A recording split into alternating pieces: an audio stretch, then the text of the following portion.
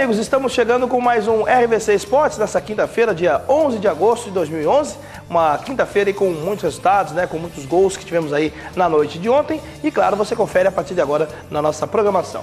Começamos falando dos amistosos internacionais. O Brasil ontem acabou perdendo mais uma vez. Perdeu para a Alemanha por 3-2. O Brasil acabou tomando aí 3 gols da Alemanha. E vamos ouvir aí, antes de mostrarmos os lances do jogo, vamos ouvir o Mano Menezes falando sobre a partida. Ele que afirma que foi a primeira vez que o Brasil perdeu contra um adversário que jogou melhor do que a seleção brasileira. É a primeira seleção que enfrentamos que jogou melhor do que a seleção brasileira durante os 90 minutos, foi superior. E por isso nos venceu. Uma seleção que serve de parâmetro, e exatamente por isso que estamos fazendo amistosos com esse grau de dificuldade nesse estágio. Aonde queremos chegar? Até onde temos que ir? O que temos que ultrapassar? E como o Jornal Lance destaca, virou rotina. O Brasil perdeu mais uma para um adversário de peso. A seleção brasileira que jogou ontem com o Júlio César no gol, a lateral direita teve Daniel Alves, Lúcio e Thiago Silva na zaga, André Santos jogou na lateral esquerda, na minha opinião o pior do jogo. No meio de campo jogou o Ralf, Ramírez, Fernandinho, Robinho, Neymar e Pato. Depois entraram o Ganso, Fred, o Luiz Gustavo, jogador de Pindamonhangaba, entrou e jogou 8 minutos. E também o Renato Augusto, jogador do Bayer Leverkusen, jogador que era do Flamengo. A Alemanha jogou com o Neuer no gol, também jogou com Trash, Hummels, Badstuber e Lahm, Felipe Lahm na lateral esquerda. Schweinsteiger, Toni Kroos, Götze e no ataque Müller, Podolski, Mário Gomes. Depois entraram Klose, Schürrle e Rolfs, Cacau, Boateng e o técnico Joachim Löw, técnico da seleção alemã, o técnico da seleção brasileira, o Mano Menezes. Você confere aí os lances da partida, você está conferindo já passou aí o gol de pênalti do Schweinsteiger. Também o segundo gol da Alemanha marcado pelo Götze, uma bela jogada, uma bela trama de passes aí do meio campo alemão.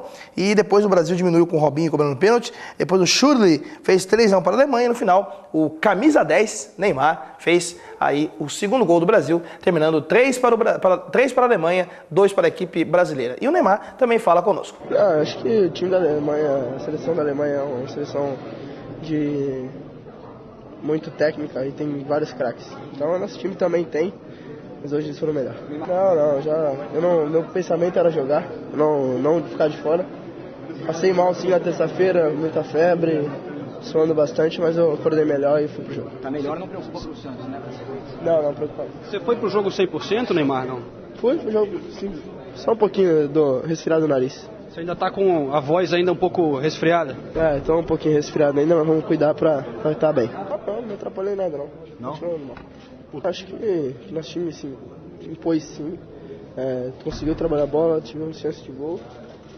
E hoje, infelizmente, o resultado não veio. Para fecharmos o assunto seleção brasileira, vamos ouvir aí o pior jogador da partida, o André Santos, que falhou grotescamente no segundo gol da equipe alemã. Não tendo muita posse de bola hoje foi um dos principais jogos que o Brasil não conseguiu manter essa posse de bola. Eu acho que é normal, quando você não mantém a posse de bola, você acaba errando bastante, acaba correndo atrás do adversário. E eles foram felizes, a oportunidade que eles tiveram, eles fizeram o gol. E eu acho que isso que resultou a vitória. Eu acabei no lance escorregando ali, acabei não conseguindo tirar a bola também. Assumo o erro que realmente aconteceu, mas são lances de jogo que acontecem no momento. E não temos que ficar lamentando, temos que melhorar, treinar mais para que a gente possa melhorar cada vez. Tá aí o André Santos falando pela seleção brasileira, a seleção brasileira que conseguiu aí mais uma derrota agora para a seleção alemã. E tivemos ontem mais amistosos internacionais, com destaque para a França, que jogou em casa contra a equipe do Chile e não saiu de um empate. A França saiu na frente, depois uma bela jogada do Benzema e a França fez 1-0.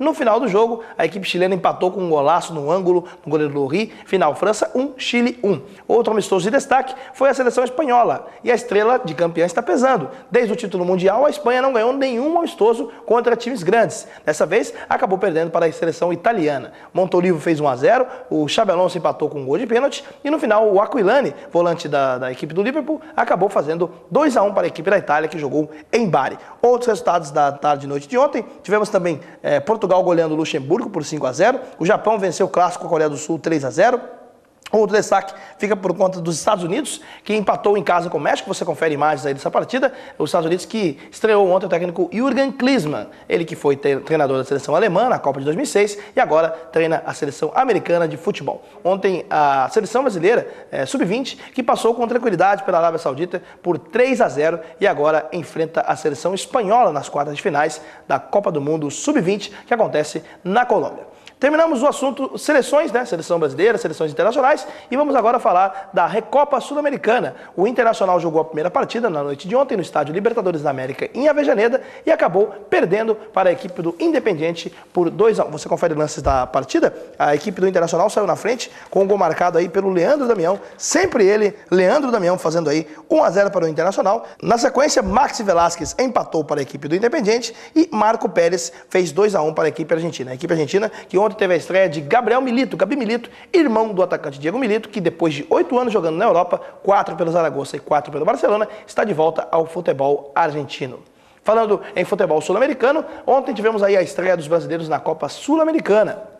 Começamos falando do São Paulo, o São Paulo que não saiu com vitória do estádio Presidente Vargas, o PV, em Fortaleza. A equipe do São Paulo acabou saindo na frente, né, com um gol marcado pelo Rivaldo, 1-0, você confere imagens aí. Depois do gol do Rivaldo, a equipe cearense empatou com um golaço de letra do Rudinei, e esse gol aconteceu no final do primeiro tempo. No final do segundo tempo, a estrela que vem do banco, a esperança que vem do banco, Marcelo Nicásio, ele que foi decisivo na única derrota do Flamengo nesse ano de 2011, e também no jogo contra o Atlético Paranaense, entrou e fez aí o gol da vitória do Ceará, depois de um rebote, uma bola na trave do Washington, que também entrou no segundo tempo, e aí o Ceará sai na frente na primeira partida da Copa Sul-Americana. Teremos jogo de volta agora dia 24 de agosto, no Morumbi, e o São Paulo precisa fazer 2 gols de diferença para passar para as quartas de finais da Copa Sul-Americana.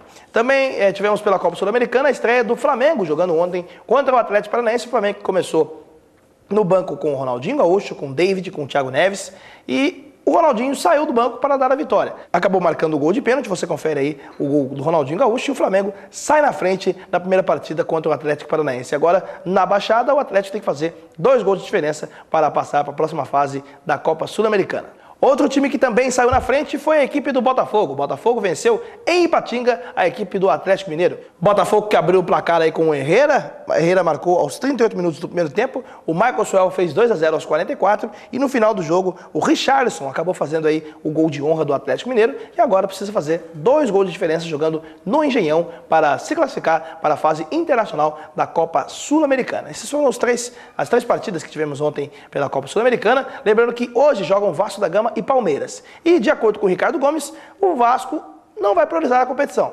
Ou sei. Só interessa chegar na final e conquistar. Então, não temos essa motivação da Libertadores, mas é uma competição internacional. Consequentemente, temos que disputá-la com muito empenho. É o que vamos fazer. Eu acho que o brasileiro tem uma atenção muito maior, evidente. Tanto para o Vasco quanto para o Palmeiras, porque a gente fala muito da Libertadores, mas eu acho que entre Libertadores e Brasileiro, eu prefiro o brasileiro. Então, meu foco realmente a principal é o brasileiro. Pelo lado do Palmeiras, Felipão está com saudade do Palestra. Ele deu uma entrevista aí falando sobre isso. Poxa, quando eu vim para cá, eles me disseram que em fim de 2012 o estádio estaria pronto. Então, como o meu contrato vai até o fim de 2012, disse, bom, pelo menos eu não sei se vou inaugurar, mas vou estar por ali por perto. Parece que é metade de 2013, uma coisa assim. Março de 2013. Então já ficou um pouquinho diferente para mim, a não ser que eu permaneça. Mas eu tenho saudade, sim, do Palestra. Tenho saudade aqui das instalações. Sei que parece-me que normalmente no final do ano nós teremos aqui esses 2 prédios prontos e entregues a todos os palmeirenses, e é uma das coisas que eu também gosto, porque eu vinha jogar tênis aqui com o Mortosa, e era uma dupla boa, difícil de ver a bolinha, mas tudo bem. E nós vamos ter todas as quadras, tudo, a família pode usufruir a partir de outubro, novembro, dezembro. Então eu tenho saudade, sim, e sinto falta do clube.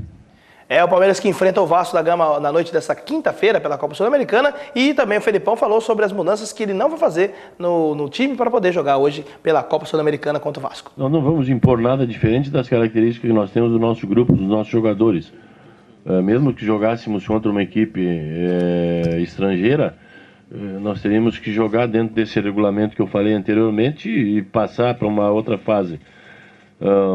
Nós hoje sabemos que o Vasco, além de campeão da Copa do Brasil, faz um campeonato também muito bom no Campeonato Brasileiro e que provavelmente nós teremos aí 2 jogos de agora até o final de semana muito bons. Mas não vamos mudar nada que faça com que a nossa equipe tenha alguma dificuldade em termos de características daquele grupo que vem jogando. Aí ouvimos o Felipão falando sobre as possíveis mudanças que o time não terá na noite de hoje para enfrentar a equipe do Vasco. O Palmeiras, que está escalado previamente com o Marcos no gol, Cicinho, Henrique, Thiago Heleno e Gerley, no meio de campo com Marcos Assunção, Márcio Araújo, Luan, Patrick e na frente Michael Leite e Kleber. O Vasco deve jogar com Fernando Praz, Fagner, Renato Silva, Anderson Martins, Julinho, Rômulo, Gilmar, Diego Souza, Juninho, Bernardo e Elton. Essa é a possível escalação do Vasco da Gama, que, como já tem a vaga na Libertadores, praticamente não está se preocupando com a Copa Sul-Americana. E falando ainda do Palmeiras, vamos ouvir o Deola falando sobre essa possível aposentadoria do Marcos, que agora está perdendo força, a chance do Marcos parar de jogar no final do ano. É o que a gente sempre conversa. Eu acho que a partir do momento que você tem muitas dores, acaba não sendo prazeroso isso, mas acho que o trabalho que está sendo feito está dando essa condição para ele conseguir trabalhar sem ter muito sacrifício. Eu acho que eu já falei que se ele estiver inteiro no final do ano e eu vou ser o primeiro a dar força a ele continuar.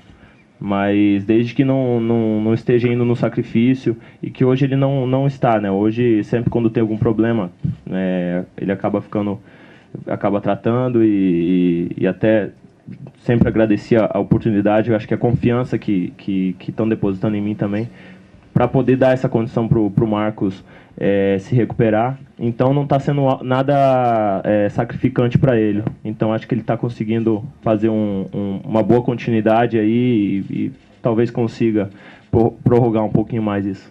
Vamos falar agora do Campeonato Brasileiro, que tem novo líder, é o Corinthians. O Corinthians, depois do empate ontem sem gols contra o Santos na Vila Belmiro, que você confere já imagens da partida, agora tem 33 pontos na liderança ao lado do Flamengo. Corinthians e Flamengo tem 33 pontos e o São Paulo é o terceiro com 31. Essa partida, como eu disse, valeu pela rodada número 5, que foi realizada ontem a partida, porque o Santos estava na época de Libertadores e o jogo foi adiado e não saiu do zero. 0 para o Santos, 0 para o Corinthians e agora o Corinthians é o novo líder do Campeonato Brasileiro. Tivemos também nessa quarta-feira, pela Copa Paulista, falando do futebol aqui do Vale do Paraíba, o Taubaté folgou. Já o São José venceu o Paulista de Jundiaí. Jogando no estádio Martins Pereira, o São José fez 2-1 jogando em casa e agora se recuperou na competição da Copa Paulista, que dá vaga no Campeonato Brasileiro da Série C e também na Copa do Brasil. Vamos para um rápido intervalo comercial. Na volta, teremos mais informações aqui no RVC Esportes.